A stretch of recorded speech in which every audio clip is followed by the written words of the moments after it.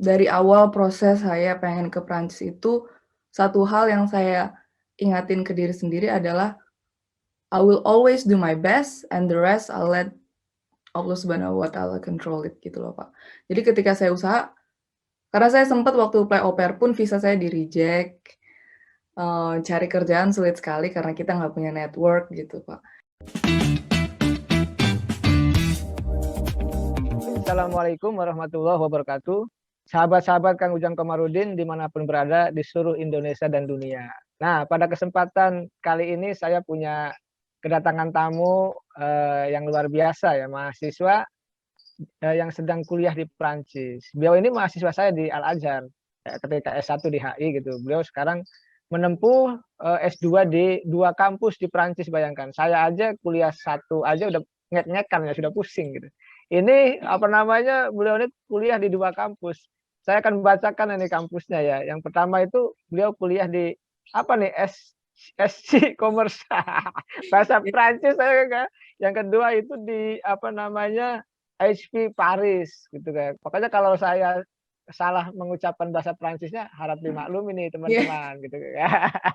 Nah, langsung saja saya perkenalkan, beliau adalah Natasha. Nah, Halo, apa selamat kabar malam. Natasha?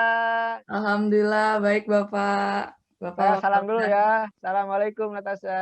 Waalaikumsalam, Bapak. Sehat-sehat selalu ya di sana ya. Iya sih, Bapak Ini juga sekarang Covid gimana, Pak? ya alhamdulillah sudah agak mereda sedikit gitu. Jadi masyarakat sudah keluar kemana-mana nih, sudah padat, sudah macet gitu. Saya beberapa kali keluar apa namanya untuk menghadiri apa namanya jadi narasumber terus sudah mulai macet, Natasha. Wah, Sudah banyak orang berkumpul tapi tentu dengan menjaga protokol kesehatan dengan menggunakan masker dan lain-lain. Natasha boleh berbagi ya cerita ya. Natasha ini kan baru kemarin kelihatannya minta rekomendasi ke dosen-dosen gitu ya, termasuk ke saya gitu. Masuk di ruangan saya untuk Pak doakan saya katanya agar saya bisa kuliah S2 di Perancis. Saya bilang luar biasa. Silakan Natasha. Nah, ternyata sekarang sudah menjadi mahasiswa tingkat akhir ini. Jadi iya. bagaimana perjuangan Natasha ketika di Indonesia di HI ya UAI gitu lalu kuliah di apa namanya Prancis. Kira-kira seperti apa tuh bisa diceritakan ke kita semua, Natasha? Iya, Silakan. jadi, memang pas awal-awal itu agak hardship sih, Pak, karena memang kan saya rencananya awal itu sebelum lanjut master, keinginan saya itu saya pengen lihat dulu apakah saya bisa adaptasi dengan kultur dan budaya negara yang pengen saya samperin. Tadinya tuh saya mau ke Australia, sudah minta surat rekomendasi juga dengan beberapa dosen, terus masalahnya adalah di visa, karena rencananya dalam 1 tahun pertama itu saya rencananya mau ngambil gap year untuk ngambil, program cultural exchange namanya, au pair, Pak.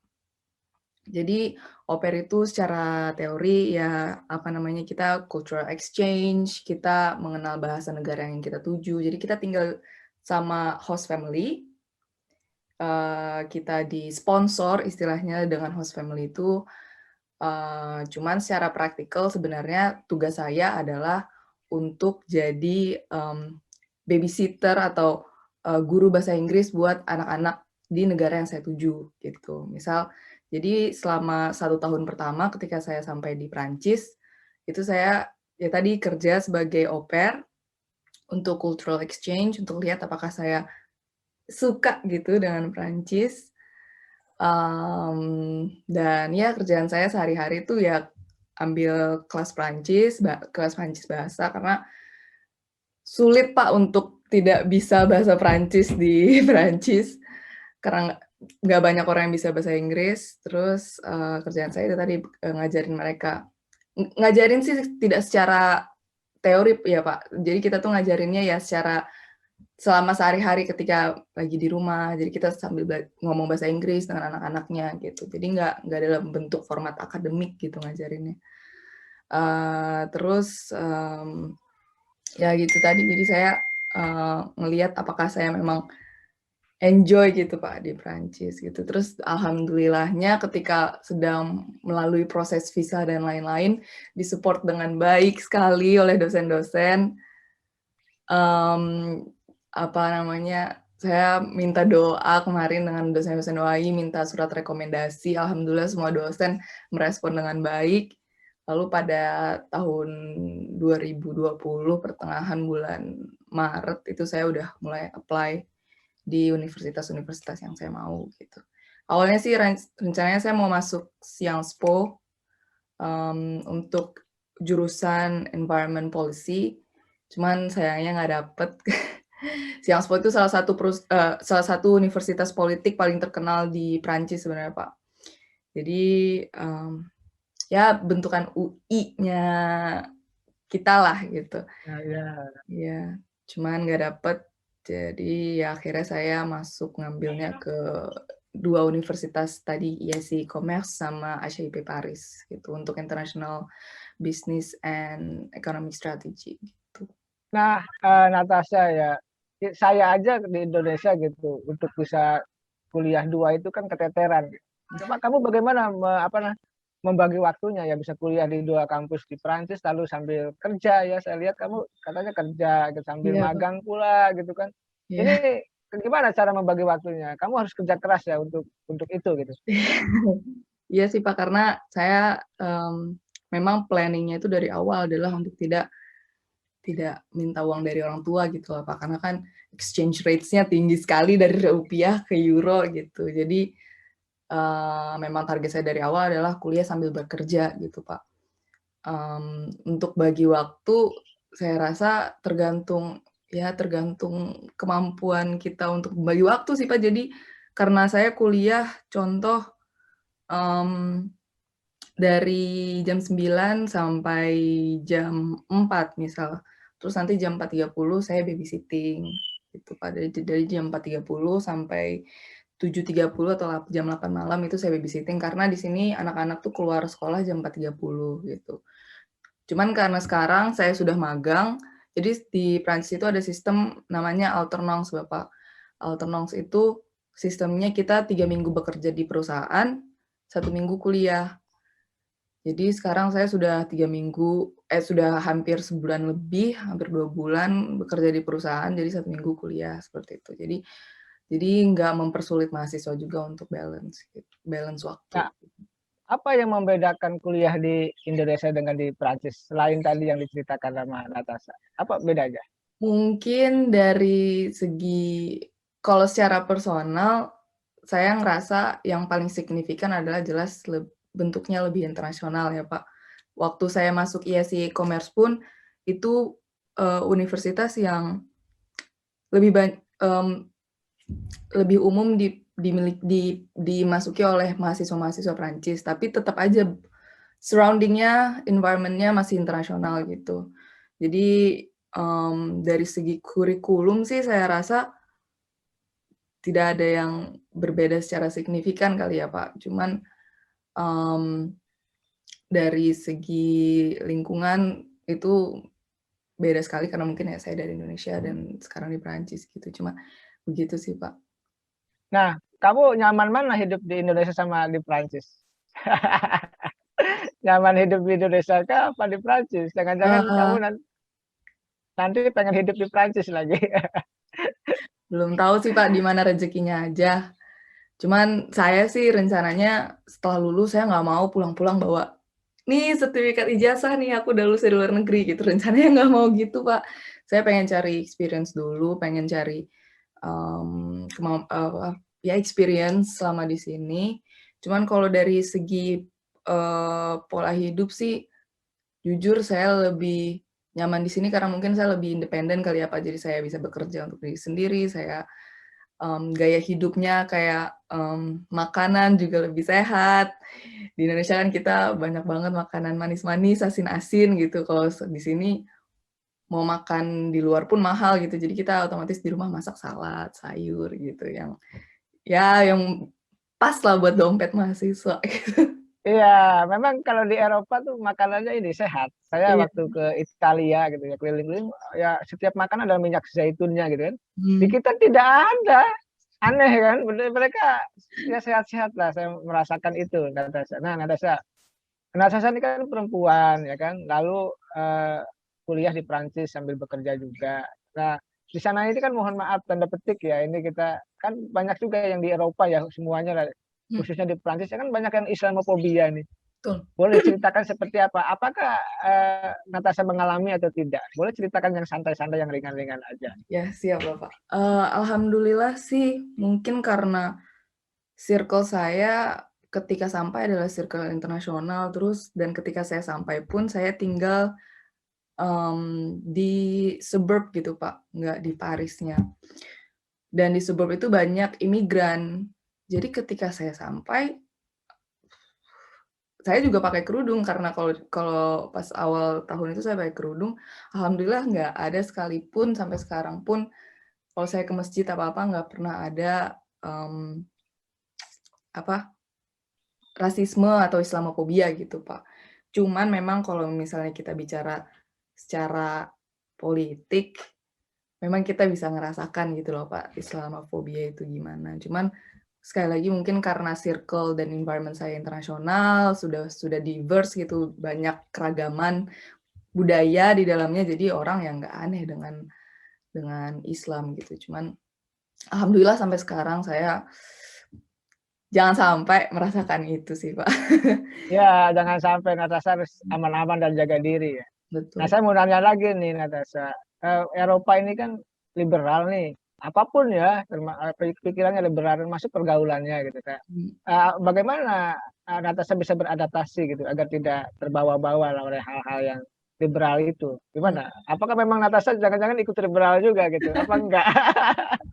Silakan Natasha. Ya, bener sih, Pak, kayak di sini, apa ya, budayanya apalagi budaya anak muda, tiap weekend kita party, klub gitu-gitu kan ya, Pak.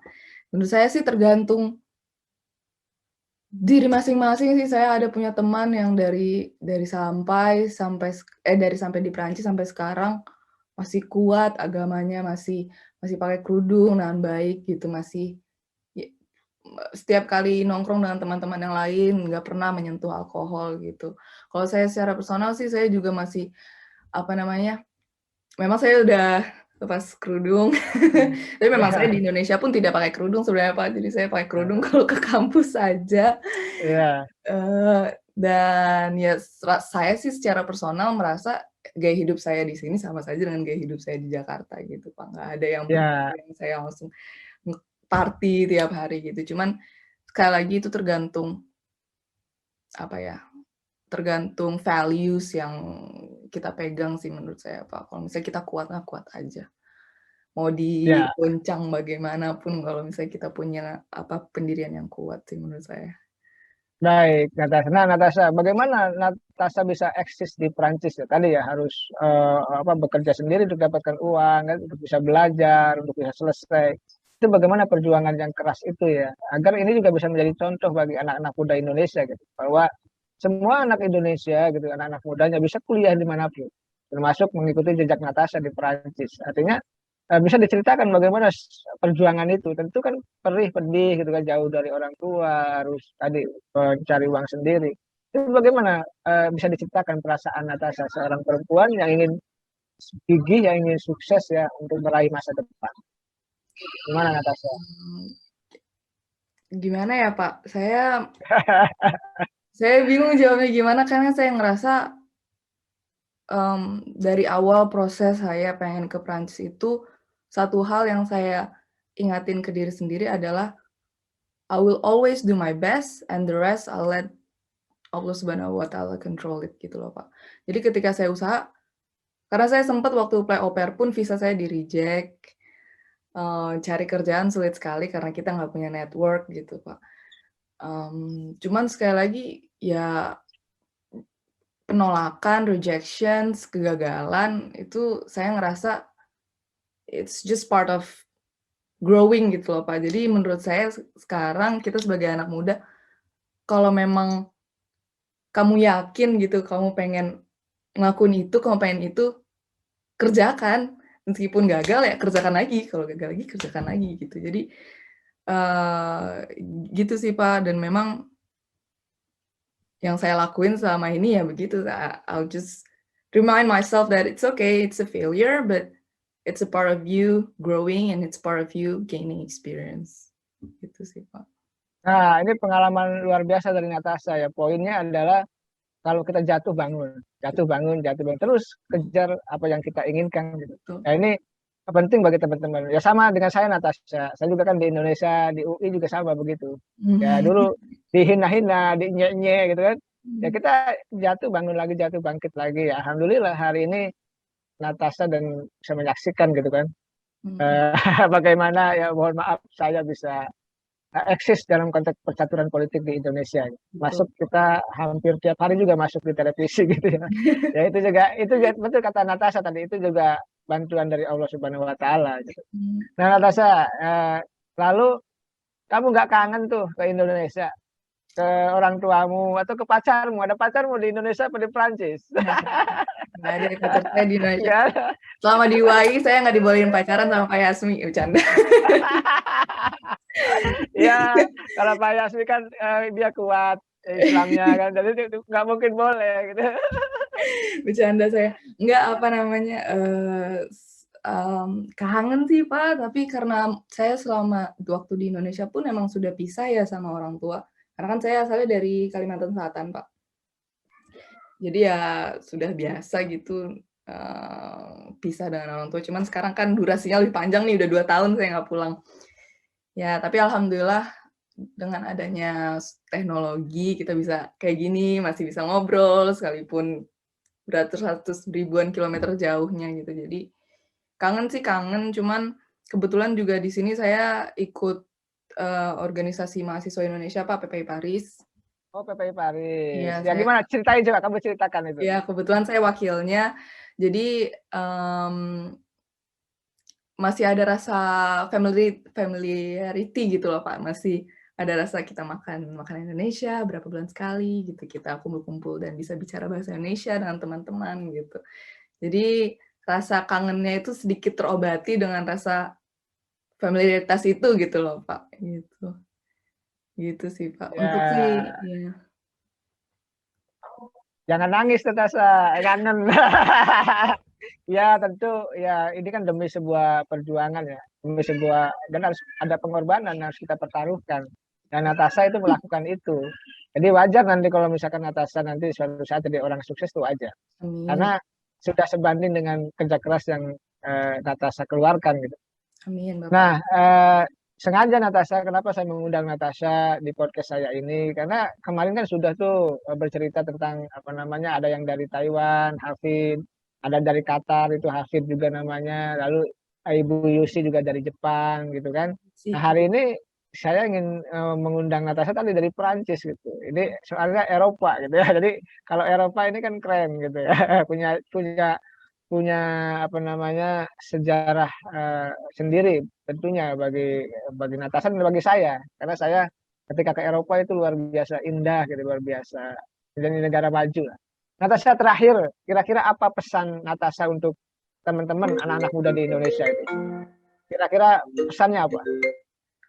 Mmm, pesan saya adalah jangan takut untuk apply, sekolah di luar negeri. Banyak caranya, banyak beasiswa, banyak kesempatan, eee, anything you want menurut saya sekali lagi apapun yang kamu mau kalau misal kamu memang berusaha, kalau misal kamu memang gigih, insyaallah akan dapat. Coba terus, gagal coba lagi coba lagi coba lagi. Itu sih, Pak, kayaknya Luar, yang luar, saya secara personal rasakan selama 2 tahun terakhir gitu. luar biasa ya apanya pesannya sederhana singkat tapi mengena gitu. Nah ini Iya. apa yang sebenarnya ini terjadi pada Natasha dan pada saya gitu. Iya betul. Tentu, tentu kalau teman-teman tidak mau berjuang, tidak mau gigih ya tidak akan ada kesuksesan yang akan diraih gitu. Nah, Natasha, selamat berjuang ya. Mudah-mudahan nanti Natasha kalau sudah kuliah S2 selesai, bahkan kalau mau S3 lanjutkan, kalau bisa kembali lah ke Indonesia, ke Al-Azhar, ke UAI. Ya kita juga bisa jadi asisten saya atau bisa jadi asisten dosen-dosen yang lain. Kita selalu terbuka bagi anak-anak muda potensial seperti Natasha dan anak-anak muda seluruh dunia lainnya, anak Indonesia yang kuliah di luar negeri gitu untuk bisa kembali ke Indonesia. Siap Natasha, makasih ya atas waktunya ini.